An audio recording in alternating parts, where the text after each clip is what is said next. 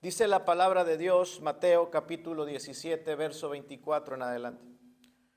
Cuando llegaron a Capernaum, vieron a Pedro los que cobraban las 2 dracmas y le dijeron: ¿vuestro maestro no paga las 2 dracmas? Él dijo: sí. Y al entrar en la casa, Jesús le habló primero diciendo: ¿qué te parece, Simón?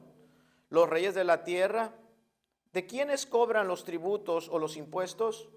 ¿De sus hijos o de los extraños? Pedro le respondió: de los extraños. Jesús le dijo: luego los hijos están exentos. Sin embargo, para no ofenderles, ve al mar y echa el anzuelo, y el primer pez que saques, tómalo, y al abrirle la boca hallarás un estatero, tómalo y dáselo por mí y por ti.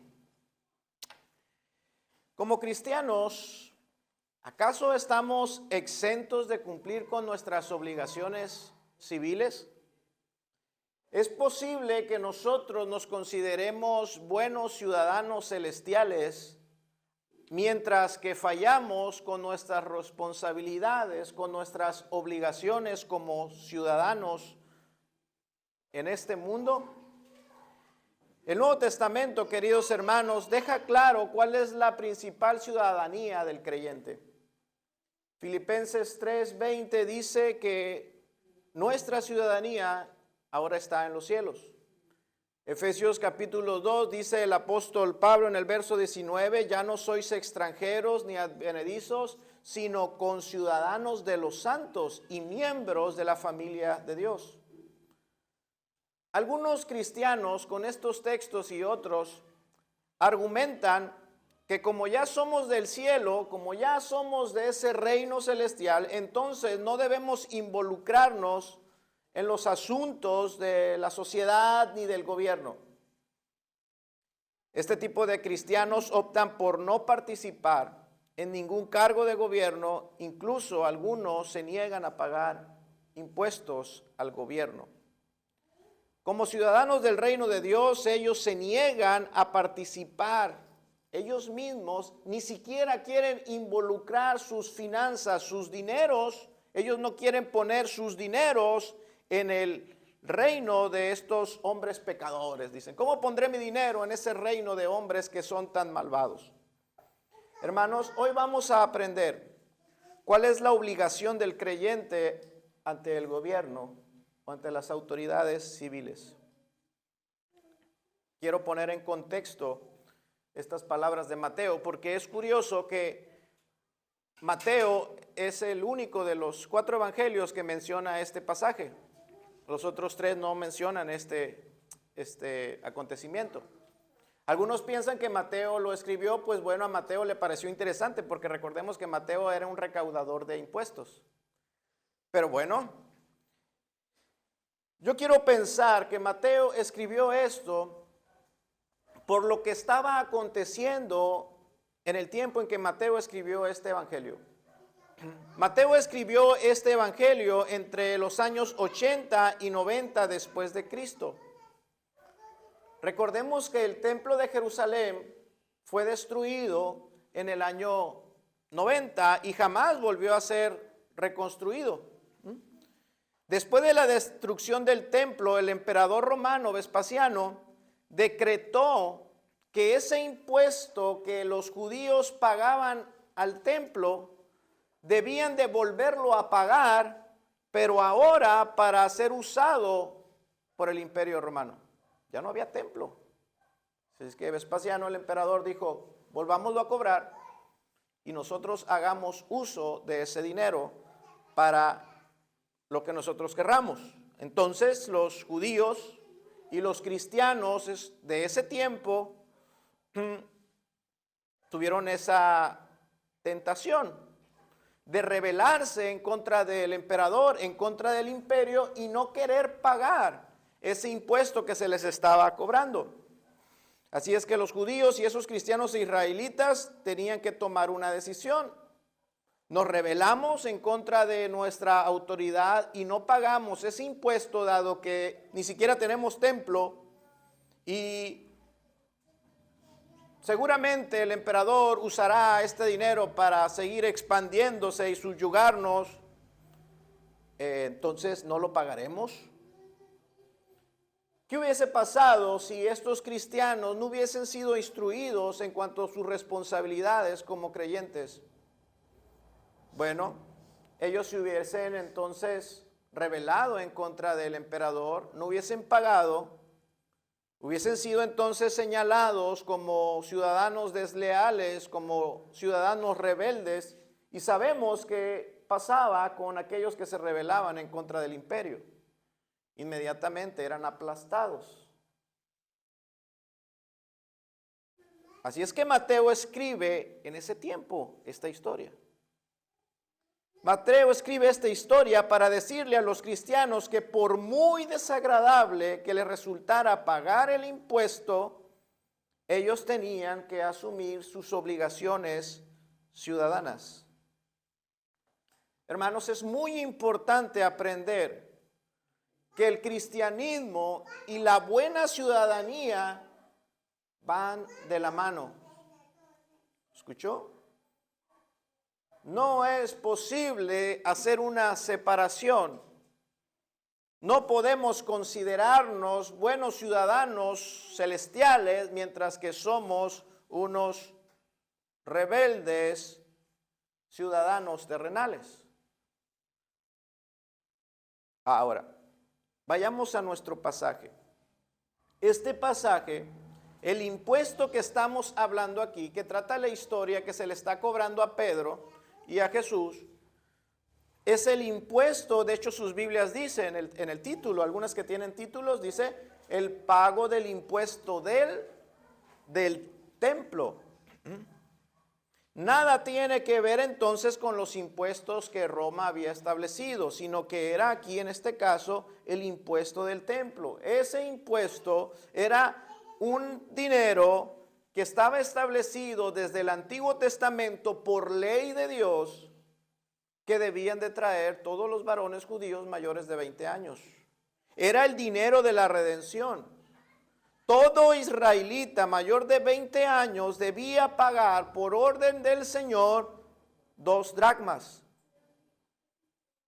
Ahora, este dinero era utilizado para los gastos del templo, porque el templo tenía gastos. Y se debía, cada varón tenía que pagar 2 dracmas. Ahora, ¿esto qué cantidad es? ¿2 dracmas es mucho dinero o es poco dinero? Bueno, 2 dracmas, cada dracma era el salario promedio de una persona. Ahora, esta aportación se traía una vez al año. Es decir, que cada varón tenía la obligación de tomar 2 días de salario y traerlos y aportarlo para el sostenimiento y el mantenimiento del templo. Como les decía, el templo de Jerusalén tenía gastos enormes, gastos elevadísimos. Imagínese usted, todos los días por la mañana había un sacrificio, se tenía que sacrificar un cordero de 1 año, y por la tarde se tenía que sacrificar otro cordero de 1 año. 2 corderos diarios. Agreguémosle que esa ofrenda del cordero tenía que ser presentada con vino, con harina y con aceite. El templo tenía que haber ahí, se tenía que quemar incienso todos los días. Así es que se tenía que comprar el incienso o los materiales para elaborar el incienso. Había que reponer con frecuencia las cortinas, y pensemos en las ropas de todos los que trabajaban en el templo. Sobre todo una vestimenta era enormemente carísima, que era la vestidura del sumo sacerdote. ¿Cuánto podría valer la vestidura del sumo sacerdote? Dicen los historiadores que el costo de la vestidura sacerdotal equivalía al pago del rescate de un rey. Es decir, si un rey era llevado cautivo, prisionero, y se tenía que pagar un rescate por un rey, tenía que darse mucho dinero para rescatar al rey. Pues no menos que eso costaba la vestidura sacerdotal. Tenía incrustados piedras preciosas, valiosas. Así es que todo esto, todos estos gastos del templo eran muchísimo dinero. Por eso Dios en su ley ordenó que todos los varones adultos mayores de 20 años pagaran este impuesto. Este impuesto entonces hacía que ingresara muchísimo dinero al templo. Se calcula que eran unos $98,000, equivalentes a unos 2 millones de pesos anuales, para el sostenimiento del templo de Jerusalén. ¿Es mucho dinero o es poco dinero? Todo depende, ¿verdad? ¿Cuánto cree usted que cuesta mantener el mantenimiento de la catedral que está frente a Palacio Municipal anual? O el nuevo templo católico que está, no sé si es el de Guadalupe, el que está aquí cerca. ¿Cuánto cree que se elevan los costos del mantenimiento de un lugar tan enorme? Ahora estamos hablando del templo nacional, el templo de Jerusalén. ¿Cuánto costará el mantenimiento de la catedral que está en la Ciudad de México? ¿Usted cree que será menos de 2 millones de pesos anual? No lo sé. Pero bueno, para algunos pueden ser mucho dinero, para otros poco dinero, pero por esa razón, porque había gastos, Dios estableció esa ley, esa obligación donde se tenía que pagar ese impuesto. Ahora, los encargados de recaudar ese impuesto eran las autoridades del templo. Ellos eran encargados, los que se encargaban de cobrar, y estos hombres fueron los que se encontraron con Pedro, según nuestro pasaje.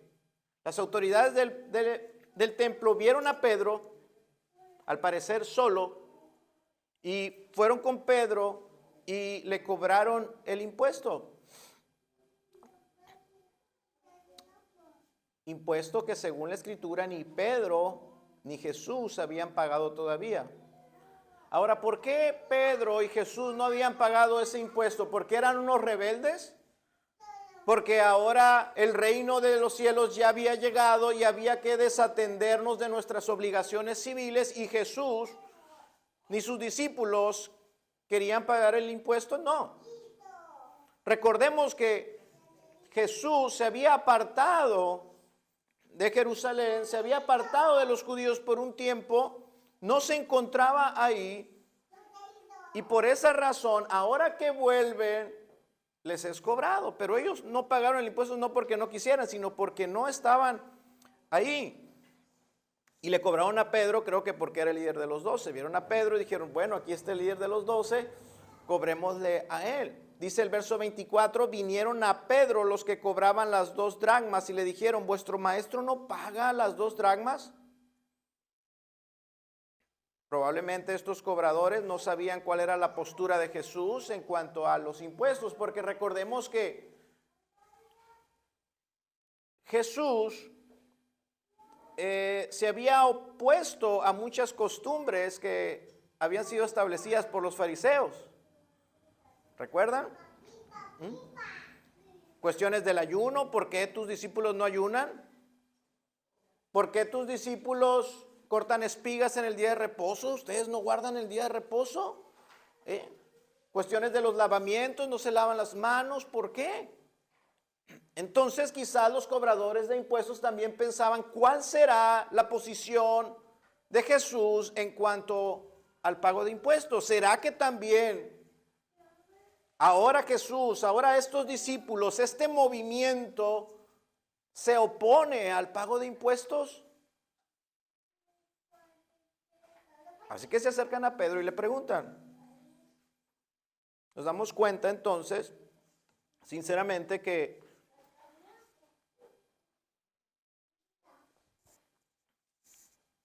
Los discípulos se salían del estándar de un judío común.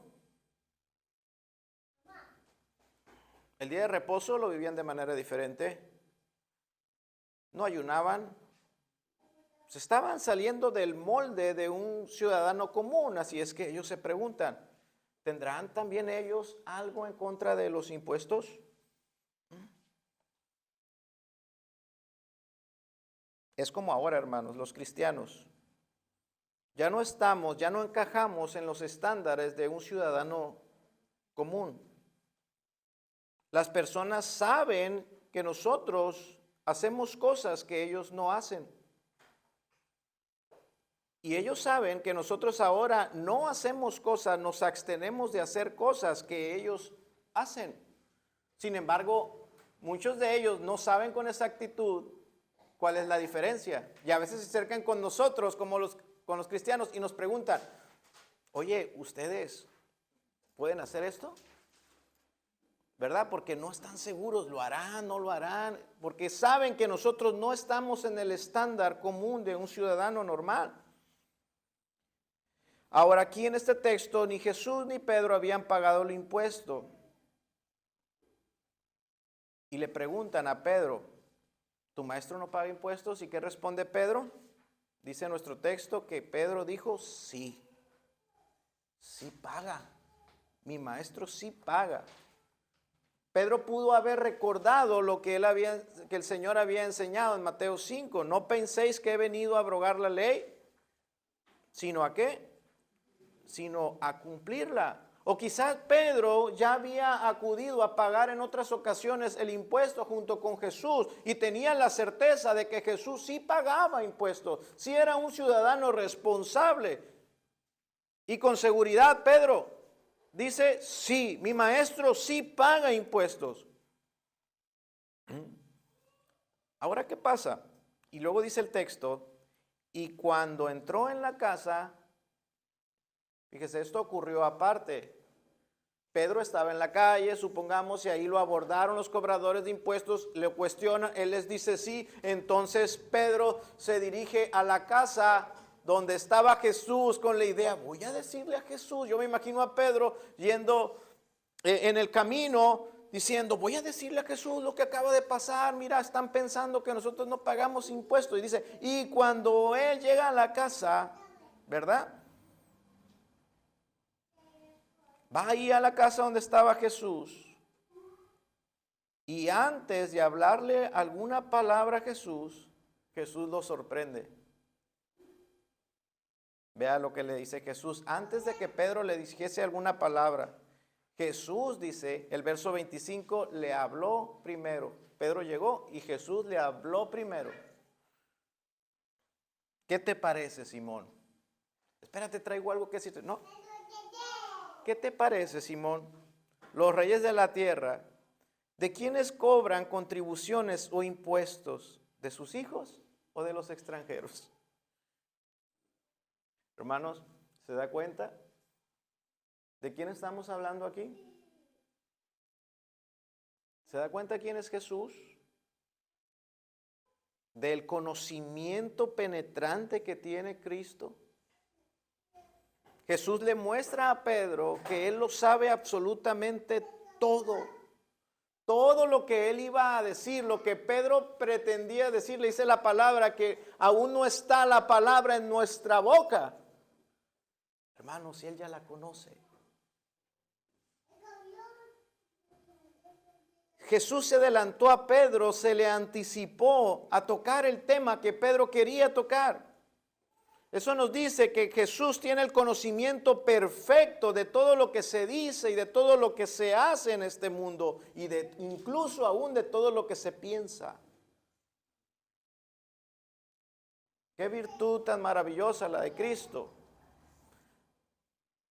Pero esa virtud, aunque es maravillosa, es asombrosa, es para maravillarnos, su conocimiento penetrante también es como una moneda de dos caras. Por otro lado, también es una idea terrible.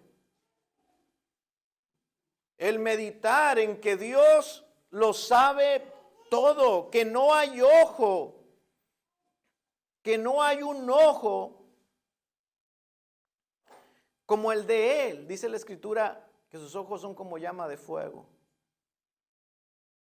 Se mueven por la iglesia. Penetrante. Nada se puede esconder de Cristo. Él percibe toda nuestra conducta durante todo el día. Hay un ojo que lo ve todo y ese es Dios. Hay un oído que percibe todas nuestras palabras. ¿Cuánto temor reverente debería causarnos esta virtud que hay en Cristo? Ante Cristo la disimulación es imposible. La hipocresía no sirve de nada porque Él lo sabe todo. Tal vez sea posible engañar a los ministros, a la familia, a los amigos, pero es imposible engañar a Jesucristo. Ahora vamos a ver otra virtud que muestra este pasaje acerca de Cristo. La primera virtud es su conocimiento penetrante. Ahora que hay una segunda virtud de Cristo, y es su consideración por los demás. Y es aquí donde vamos a centrar, donde está la enseñanza principal de este pasaje. Jesús le pregunta a Pedro, le hace esas preguntas. ¿Debemos de nosotros pagar impuestos, Pedro?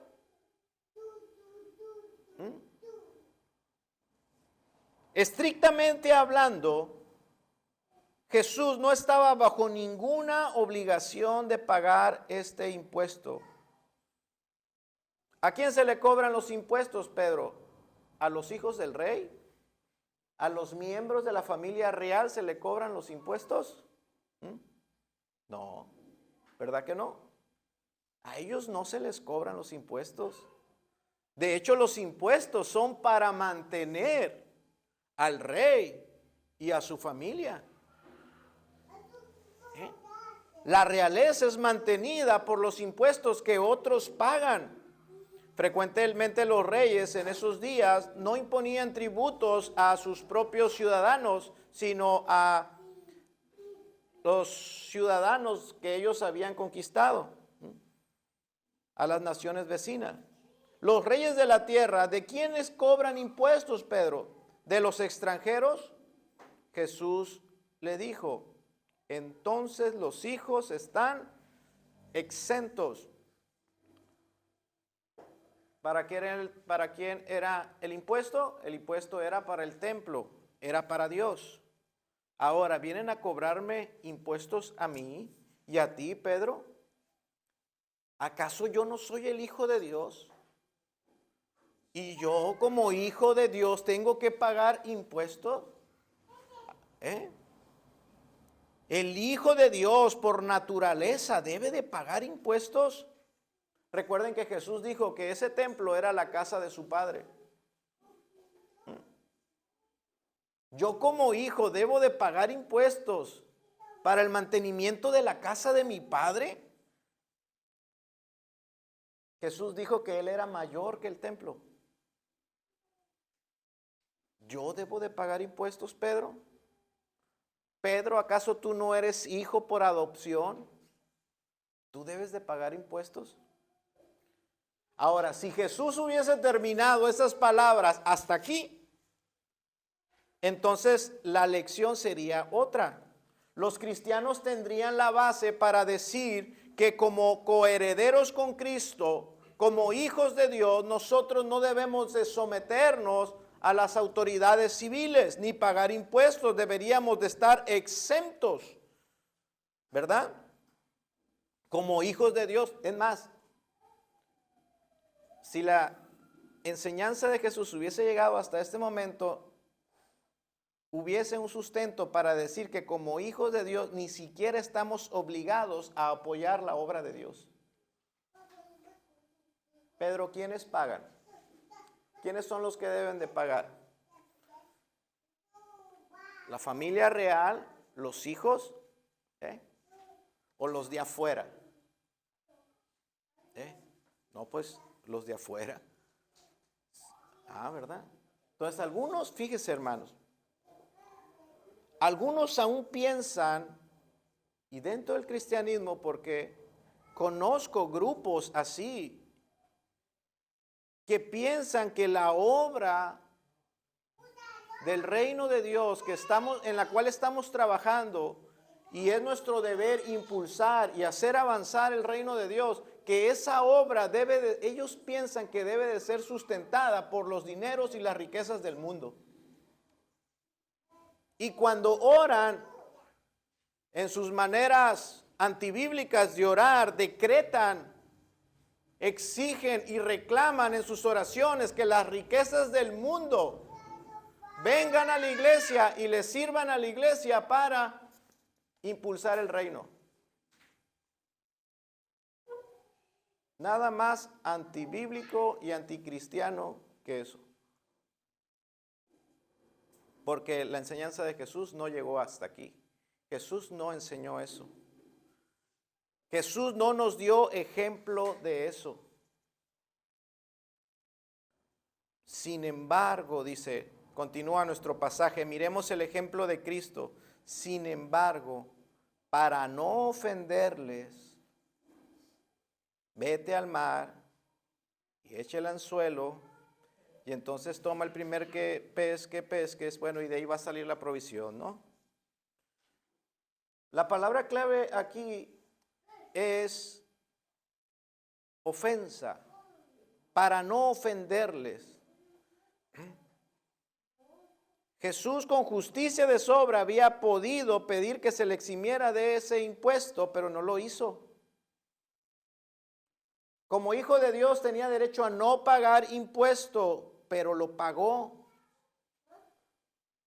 No exigió, no reclamó sus derechos. Y esta es la actitud que siempre tuvo Cristo durante todo su ministerio. No reclamó sus derechos. Y ese es el ejemplo que todo cristiano debe de seguir. El cristiano bíblico, porque el cristiano moderno es todo lo contrario, se la pasa exigiendo, declarando, decretando sus derechos. Soy hijo de Dios y como hijo de Dios decreto que me va a venir esta bendición, voy a tener ese trabajo, van a correr a ese y me van a poner a mí. Exigiendo supuestos derechos que porque ahora como hijo de un rey, como una princesa de Dios, no se rían, pero eso es en muchos lugares, domingo tras domingo. No son discípulos de Jesús porque no actúan ni se parecen a Jesús. Jesús no exigió sus derechos. Y en verdad teniéndolos, sino que voluntariamente se despojó a sí mismo, como dice la Escritura. Tomó forma de siervo, hecho semejante a los hombres, como dice Filipenses 2. Él renunció voluntariamente a sus derechos que le pertenecían. En vez de exigir sus privilegios, actuó de una manera diferente. Él le dijo a Pedro, ve y paga. De tal manera, dice el texto, que no quería él ofender a nadie. Queridos hermanos, ¿por qué no nos parecemos más a Cristo? ¿Qué tanto tú te pareces a Cristo? No estoy preguntando cuánto sabes de la Escritura. Haya pues este mismo sentir, esta misma actitud que hubo en Cristo. ¿Qué actitud? Humildad. El querer despojarse de sus privilegios que por derecho tenía para vivir de tal forma de no ser tropiezo para nadie y sino ser de bendición para otros. ¿Qué tanto te pareces a Cristo? Ahora como cristianos nosotros tenemos los mismos derechos que Cristo. Pero tristemente, muchas veces no tenemos el mismo sentir que Cristo. El mismo sentir que hubo en Él. Incluso la Escritura por eso nos exhorta. Por eso, porque nosotros no tenemos su mismo sentir. El apóstol Pablo, la Escritura, él inspirado por Dios, tiene que la Escritura exigirnos que tengamos su mismo sentir, porque parece que como creyentes, los creyentes nos rehusamos a ser como Él cuando se trata de hacer un lado nuestros derechos.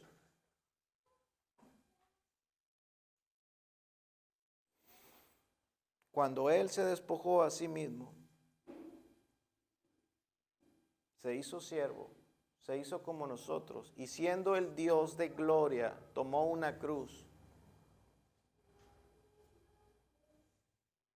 para no ser de tropiezo, sino ser de bendición y de vida para quienes no lo merecemos. Si algo nos enseña, queridos hermanos, la cruz de nuestro Señor Jesucristo es esto: el deber de renunciar a nuestros privilegios y derechos con el fin de beneficiar a otros. Eso es lo que nos enseña la cruz. ¿Por qué Cristo murió en ese madero? Siendo Dios eterno y perfecto hombre, sin falta. ¿Por qué? Porque Él tuvo un amor considerado, porque su amor fue considerado, fue verdadero amor. No fue un amor que dependía de lo que el otro hiciera, sino que su amor fue, Él tuvo consideración de nuestro estado y se apiadó de nosotros. Eso es amor en acción, no en palabras. Esa es la cruz de nuestro Señor. Y eso es lo que la Escritura nos enseña a nosotros como creyentes, hermanos. Primera de Corintios 8:13. Dice: por lo cual, si la comida le es a mi hermano ocasión de caer, no comeré carne jamás para no poner tropiezo a mi hermano. Capítulo 9, verso 12 dice: si otros participan de este derecho sobre vosotros, ¿cuánto más nosotros? Nosotros tenemos derechos como apóstol, pero no hemos usado de este derecho, sino que lo soportamos todo por no poner ningún obstáculo al evangelio de Cristo. Capítulo 10, verso 28. Mas si alguien os dijere: esto fue sacrificado a los ídolos, no lo comáis, por causa de aquel que lo declaró y por motivos de conciencia, porque del Señor es la tierra y su plenitud. Esta es la manera en que vivían los cristianos. ¿En qué debe de vivir un cristiano? Con amor considerado, renunciando en ocasiones a lo que nos es por derecho, aquello que en ocasiones nos es lícito. Hacerlo a un lado por amor a otros.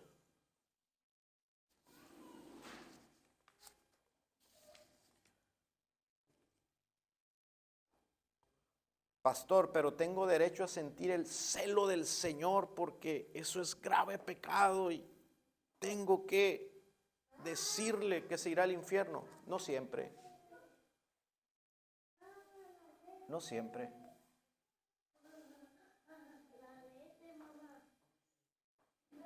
No siempre. Cuando ya lo hizo de una y otra vez y usted, hay que ser muy sabios. Hay que ser muy sabios. Jesús le dijo a Pedro: nosotros tenemos derechos. Soy hijo de Dios. Tú eres hijo también del reino. Y nosotros, nuestro deber, nosotros no debemos hacer que otros tropiecen en pecado. Jesús le enseñó que Pedro tenía que pagar. Ahora, no porque estuviesen sometidos al gobierno de los hombres, sino por amor considerado. Porque existe una obligación superior. ¿Cuál es esa obligación superior? El no ofender a nadie. Ahora, pongan mucha atención, queridos hermanos, porque aquí no quiero que se confundan. Porque dicen, como cristianos nosotros no debemos de ofender a nadie. Hermanos, el mundo vive ofendido. El mundo vive ofendido, pero no se trata de eso. Aquí existen dos palabras en el griego, en el Nuevo Testamento, que se traducen diferente para esa palabra ofender. Una palabra se traduce o se usaba cuando se quería decir insultar, molestar, ofender el orgullo de alguien. Y esa palabra no es la que Jesús está usando aquí. Porque las personas se molestaban con Jesús, se sentían insultados por sus palabras. Jesús ofendía el orgullo de las personas con sus enseñanzas, pero no está hablando de eso aquí. No está usando esa palabra aquí en el griego. Está usando la otra palabra que significa o que se traduce poner una piedra de tropiezo, ofender. Es poner una piedra de tropiezo en el camino de alguien. Ser estorbo. Y esa es la palabra que Jesús usa aquí. El mundo vive ofendido, hermano. Así es que yo no estoy enseñando, la Escritura no está enseñando aquí que debemos de vivir de tal forma que los pecadores no se ofendan. Hermano, los pecadores se ofenden. Siempre. Lo que Jesús está diciendo aquí, en otras palabras, es que no debemos nosotros como cristianos, como creyentes, ser un mal ejemplo para ellos. La enseñanza es que los discípulos de Cristo deben de vivir de una manera ejemplar en el reino de los hombres. ¿Escuchó? Tomando el ejemplo de Jesús, porque Jesús no se permitía hacer nada que pudiera hacer que otra persona menospreciara sus obligaciones. Jesús no enseñó a ser un rebelde. No. En la vida, hermanos, hay ciertos privilegios que podemos reclamar. Existen cosas que nosotros como cristianos ahora, con el conocimiento de la palabra, podemos permitirnos hacer sin pecar. Sin embargo, hermanos, nosotros no debemos de reclamar esos privilegios cuando está en juego el ser un mal ejemplo para alguien, para un incrédulo, o hacerlo pecar. Así como el Señor, el Rey de Reyes, el Rey de los cielos y de la tierra, renunció a sus privilegios a fin de evitar una confrontación innecesaria. Y lo que Mateo quería hacer con aquellos primeros cristianos: paguen. Si Vespasiano ahora está cobrándoles el impuesto y ni siquiera tienen templo, ustedes paguen. Sean ciudadanos ejemplares. No den ocasión para una confrontación innecesaria. Pero como hijos de Dios, como ciudadanos del cielo, pudo haber algunos rebeldes, ¿verdad? Vamos a rebelarnos en contra del emperador. No, el cristianismo no es para eso, hermanos. No es para eso. Pensemos en esos primeros cristianos que leyeron Mateo 17. Ellos pensaban que ese impuesto era injusto y que iba a ser usado para usos perversos. Mira, el imperio tenía por doquier templos dedicados al César o a Júpiter. Lo más seguro es que el emperador iba a usar ese dinero para levantar templos idolátricos. Y por eso los cristianos no querían pagar, pensando que ese dinero se iba a usar para para tener un lugar para adorar a Júpiter. ¡Qué injusto! Hermanos, eso es lo mismo que pasamos hoy en día.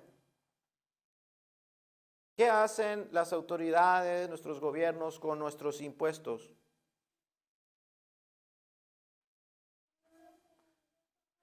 Siempre pensamos, nuestros impuestos, caray, decimos, son para mantener una generación de políticos corruptos. Y te duele pagar los impuestos. Para mantener a esos vividores que no hacen nada, que promueven leyes que van en contra de la verdad de Dios, que dañan a nuestros hijos. ¿A dónde se va el dinero de nuestros impuestos para fabricar, para que el gobierno, la Secretaría de Educación elabore libros de textos que van a corromper y pervertir la mente de nuestros hijos con ideologías de género, con sus ideas acerca de la sexualidad y que van a hacer tanto daño? Ahí se va mi dinero, ahí se van los impuestos.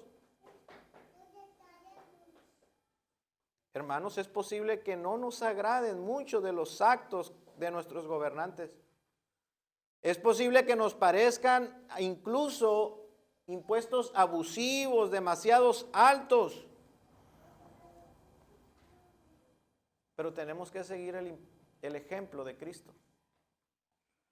Tenemos la responsabilidad de ser buenos ciudadanos y ser ejemplo y no ser piedra de tropiezo para nadie.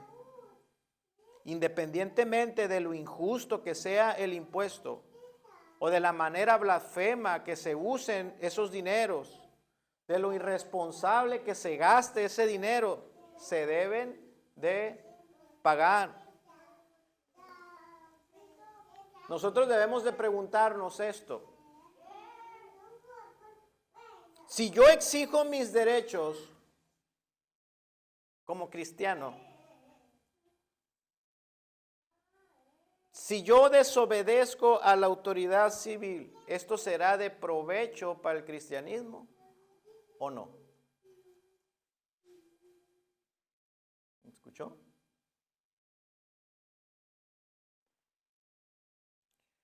Recuerden, hermanos, lo que hizo Cristo. Él es nuestro ejemplo. Cristo pagó el impuesto del templo cuando Él dijo, y Él sabía que ese lugar era una cueva de ladrones. Tú te quejas porque los políticos son corruptos y tú los mantienes con tus impuestos. Recuerda que Jesús dio el dinero, pagó el impuesto para los que estaban dentro del templo. Y usted puede decir, no eran los sacerdotes, la cueva de ladrones. No, todos los que estaban ahí se mochaban con los sacerdotes, o sea, no seamos ingenuos. Jesús no era ingenuo. Por eso con claridad Jesús sabía que los que estaban en el templo eran una bola de ladrones, corruptos. Y Jesús pagó su impuesto. Él dio el dinero para el mantenimiento de esos malvados y ahora dice, no, es que Él lo dio para los sacerdotes, los que estaban ahí. ¿Y quiénes eran ellos? Jesús les dijo que eran unos falsos maestros. Era para mantener a los falsos maestros y Jesús pagó el impuesto. Hermanos, el pago de impuestos es una obligación civil y debemos de ser ejemplo. Ahora, ya estudiamos la confesión de fe, quiero recordársela rapidísimo. Capítulo 24 de nuestra confesión de fe de las autoridades civiles. Dios, el supremo Señor y Rey del mundo entero, ha instituido autoridades civiles para sujetarse a Él y gobernar al pueblo para la gloria de Dios y el bien público, y con este fin les ha provisto con el poder de la espada para la defensa y el ánimo de los que hacen lo bueno y para el castigo de los que hacen el mal. Es lícito para los cristianos aceptar cargos dentro de la autoridad civil cuando sean llamados a ocuparlos. En el desempeño de dichos cargos deben mantener especialmente la justicia y la paz, según las buenas leyes de cada reino y estado. Párrafo 3.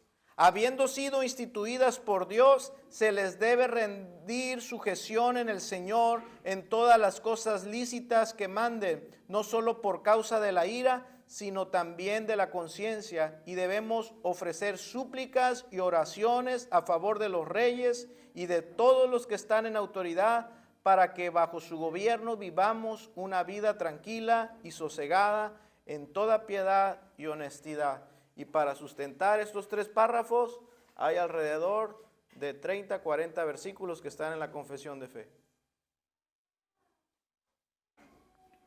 Hermanos, concluyo con esto en esta mañana.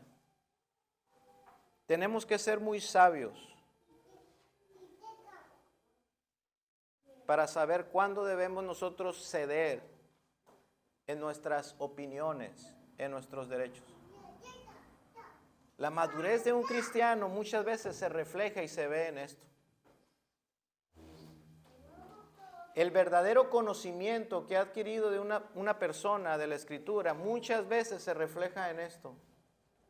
Aquel que ha aprendido mucho es el que más cede, no es el que más reclama y exige. Aquel que en verdad ha aprendido mucho es el que vive más humilde, viviendo más parecido a Cristo, renunciando. Tengo derecho a estar molesto. Sé que eso no es correcto, sé que eso es pecado, sé que están actuando mal. Sabes mucho de lo que está mal, hermanos. Pero ¿cuándo vamos a saber vivir como Cristo? ¿Cuándo vamos a vivir como Él? ¿Cuándo vamos a aprender a ceder por el bien y el testimonio de Cristo en este mundo? Hay ocasiones donde debemos someternos ciertamente a ciertas exigencias que nos van a ser desagradables. Y es por eso que no nos sometemos muchas veces. Preferimos exigir nuestros privilegios porque ceder no es agradable, es amargo, incluso es doloroso. Pregúntenle a Cristo. Ceder es doloroso. Ceder es una forma de cruz.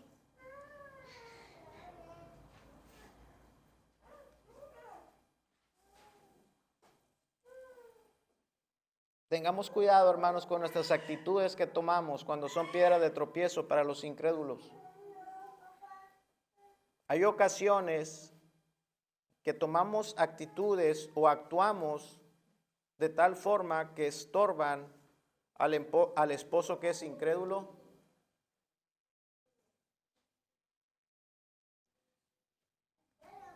Y luego, cuando hubiese sido más beneficioso ceder a nuestros padres cuando son incrédulos, preferimos actuar como cristianos celosos cuando quizás sabemos de haber actuado como cristianos humildes como nuestro Señor. Hay acciones que estorban a nuestros hijos que son incrédulos. Cuando ellos nos ven siempre exigiendo nuestros derechos o lo que consideramos es recto, en vez de ver a Cristo, a un Cristo humilde a través de nosotros, a un Cristo lleno de paz, lleno de verdadero interés por mostrar el amor considerado, y solamente ven ira, enojo, dureza, alejamos a nuestros hijos de Cristo.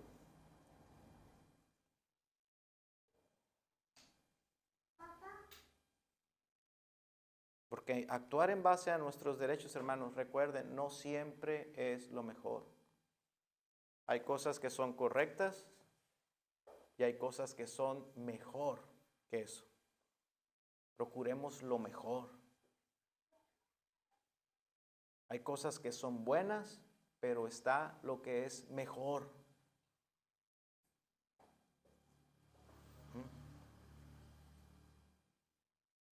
Ahora, hermanos, no estoy enseñando, ni quise enseñar en esta mañana, ceder a aquellas que son cosas que son de Dios y que a Él le pertenecen, que jamás podríamos nosotros ceder. Pero sí podemos ceder algunas veces aquellas cosas que nos pertenecen a nosotros. Nuestro orgullo, el querer tener la razón, el querer demostrar que estamos por encima de los pecadores, que nuestro valor es más elevado. Esas cosas son nuestras, son nuestras. El Señor nos las ha concedido, porque ciertamente ante Dios tenemos un valor ahora mucho más estimable que el de un pecador impenitente. Pero esas cosas que Dios nos ha concedido, nosotros también las podemos rendir, como Cristo lo hizo. ¿Con el fin de qué? Primeramente de glorificar a Dios y que puedan ver algo parecido de Cristo en nosotros.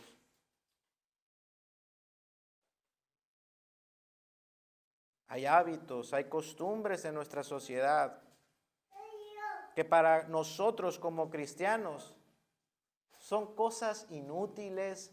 Ahora somos cristianos y vemos lo que la sociedad hace. Hay ciertas cosas y costumbres que hay en nuestra sociedad que decimos, esas cosas no tienen ningún provecho. Se nos hacen cosas, participar en ellas se nos hacen cosas cansadas.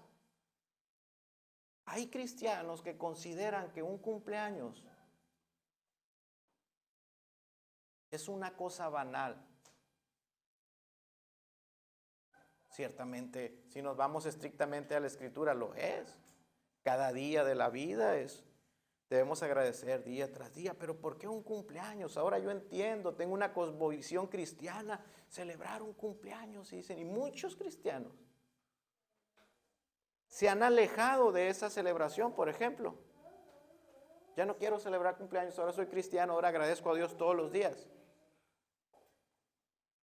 Ahora, ¿qué piensa la sociedad de ti? ¿Eso ayuda al cristianismo o estorba? Hay una graduación. Alguien concluye algún grado de estudios y en vez de felicitarlo, lo menospreciamos. Deberías de ser más constante en la escuela dominical, en las enseñanzas de la Biblia.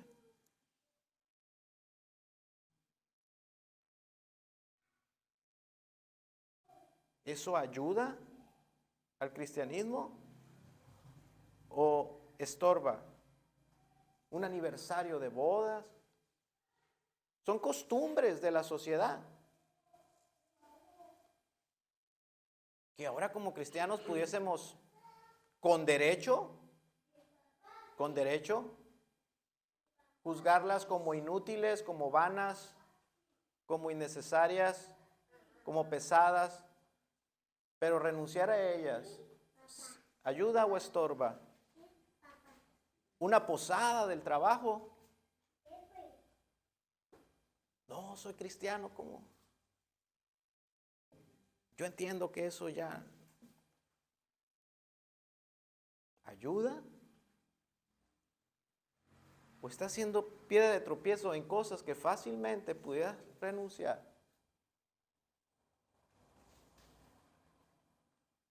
Pero quieres exigir, o muchos prefieren estar viviendo siempre en el estándar de vivir todos sus privilegios. Yo puedo abstenerme, de participar en estas cosas que la sociedad hace. No estoy hablando de cosas abiertamente pecaminosas, estoy hablando de cosas que son como estas. ¿Cuál es el propósito de rehusarnos a cumplir con ellos? Refiriéndome a la sociedad. ¿Cuál es el propósito? La gloria de Dios. Aún sabiendo que vamos a hacer que eso será una piedra de tropiezo para ellos. Nuestra conducta, siendo así, ayuda al cristianismo. Yo les digo algo, seguro que no. Seguro que no. Si son asuntos, hermanos, que no están en contra de los principios o que no perjudican nuestras almas, hermanos, vivamos sabiamente en vez de vivir siempre en el estándar de exigir mis derechos. Y que nadie me juzgue porque yo sé que estoy actuando correctamente. Sí, pero hay algo que es mejor. Y hay un ejemplo que Jesús nos dio. No podemos vivir siempre exigiendo nuestros derechos, sobre todo cuando somos de piedra de tropiezo y estorbamos para el avance y el buen nombre del cristianismo. Hermano, espero que esto nos ayude a vivir una vida cristiana más parecida a la de Cristo y que nos aliente a obedecer al Señor. Porque así como el Señor le mandó a Pedro, ve y hazlo. Que así el Señor también nos diga, hey, ve y cumple tus obligaciones. No seas de mal ejemplo, nosotros no hemos sido de mal ejemplo ni lo seremos. Cumplamos con nuestras obligaciones, aun cuando no debemos. Amén. Vamos a orar, hermanos, y vamos a dar gracias.